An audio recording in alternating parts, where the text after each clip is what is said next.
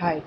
So in this video, we will understand the basic concepts of four things, that is objects, class and function, and how they work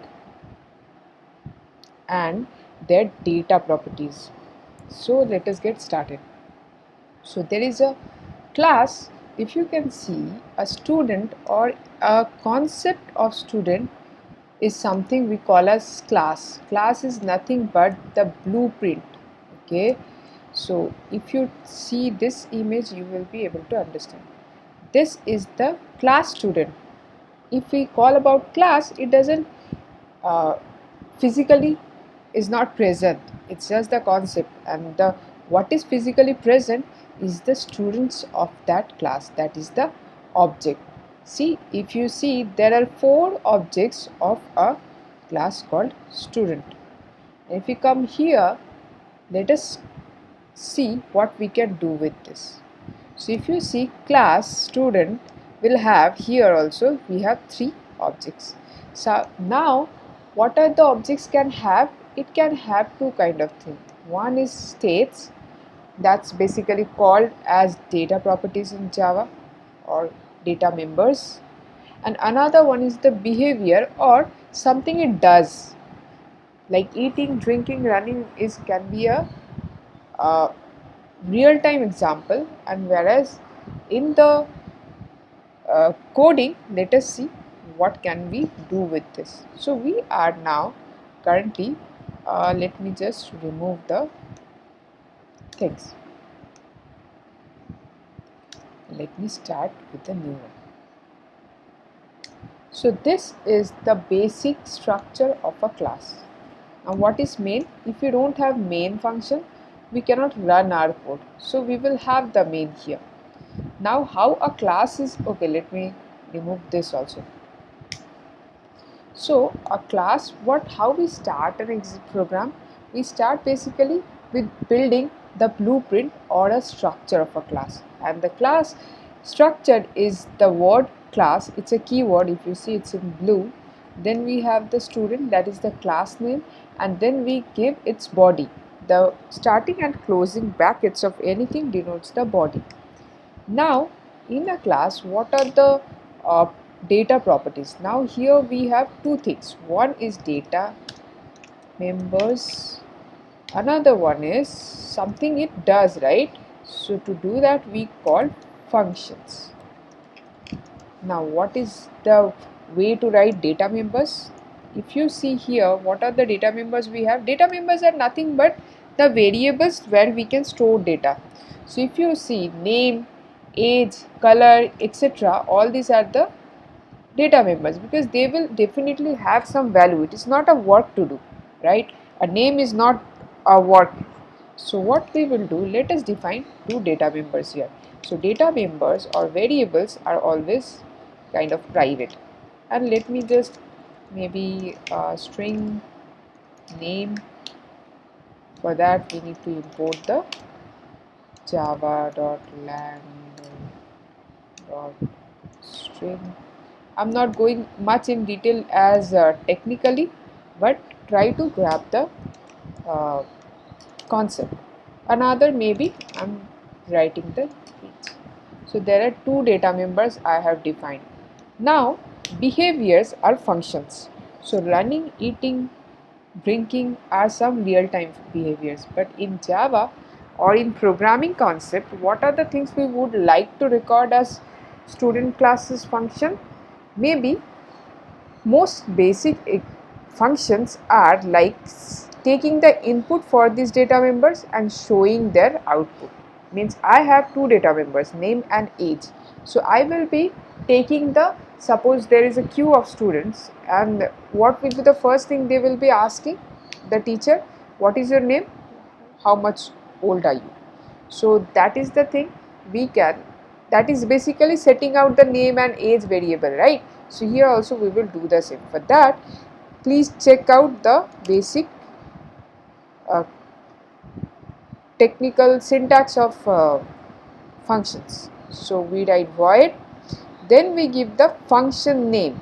So maybe input, can write. Then false brackets, there can be brackets with arguments also, that is going to be covered in a different video.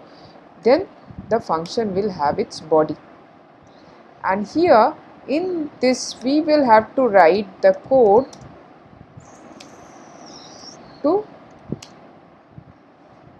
take input for name and age from user.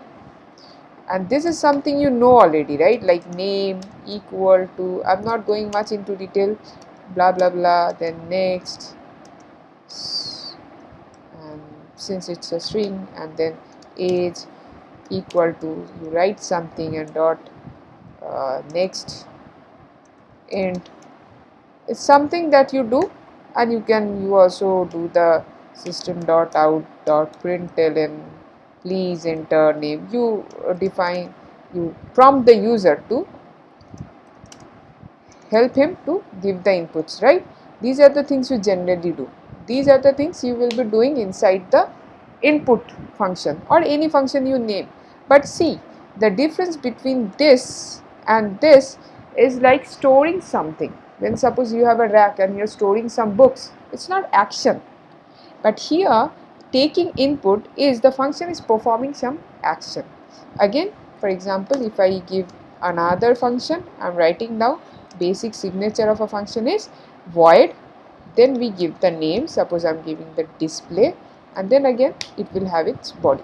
Here what I will do, basically system.out.println, and along with that we will have the variables as output. We definitely will do the orchestrations and all, like how we should do, show the name and age to the user. That's it. These are the things we will do. Now it will not run. Okay, if I run this, it will not run. Even if I write correct syntaxes, then also it will not run. Why? Because this program will not get executed. There is a default function called main. If you do not have main, it will not get written. So public static void main is the structure that we write. Inside this, now I have created a blueprint which is ready. It's like planning for something. Suppose I am planning to design a specific table for me, a study table. I am going to design it. So first thing is the plan which you draw on paper, that is the blueprint. Once the blueprint or the plan is defined, then you should be able to use that plan and work accordingly. Here also we will have to do the same. For that, the first requirement is to create an object for this class. This is the class name. Of course, this is always the class name. Please do not get confused. So what we will have? We will have to define one object. So how we do it? We will be giving the class name, then any new object name. Suppose Titli is getting enrolled, so we can name Titli. It's up to you. Okay, you can write object 1, student 1, anything of your choice. Let us since it is student, so I'm clicking then the class name again, and then your false brackets. Now once I'm done, what you need to do, you need to basically take input, because taking input is anyways initializing the name and age, and display the output, that is it will be showing the name and age of the student Titli. So how we write? Of course I want to set the image for Titli, I want to set the variables, I want to use the input for Titli particularly. So what I will do is Titli, that is the object name, and then I need to give the function name. So function name is input, object name is Titli. Try to remember, the object name is which we create inside the main function with the help of the class name, and the function we can only call by its object name. So it's not like you are going to use the pen of someone else. It is your pen you should use. It's like the same thing. So it's Titli.input and then Titli dot, we can call the other function, that is Tiddly.display. Now for example, I'm giving you another example. Suppose I want to create another student named Adrija. How we create it? Student, then we give what? We will be giving the object name. Okay, it's called object name. This is not going to be the name. You can have any other name also. Okay, so then we will have to use new. New again is a keyword. New basically helps us to store something, to create memory space in our RAM. Okay, let's not go more into details about new, but however you can see this is the keyword, and then we will again have to write the class name, then false brackets, and then again I can also use the input function for Adrija separately and output function, that is display function, for Adrija separately. Now you don't get confused. This is a different set.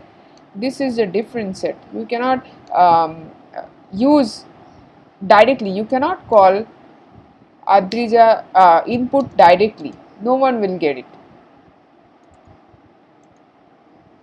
So this is the concept which you should learn as the basic of class, object, function and data members. And if you don't know how to proceed on this, it will be difficult to follow in the next classes. So I hope it is clear. If not, get in touch with me. I'll be clearing it again.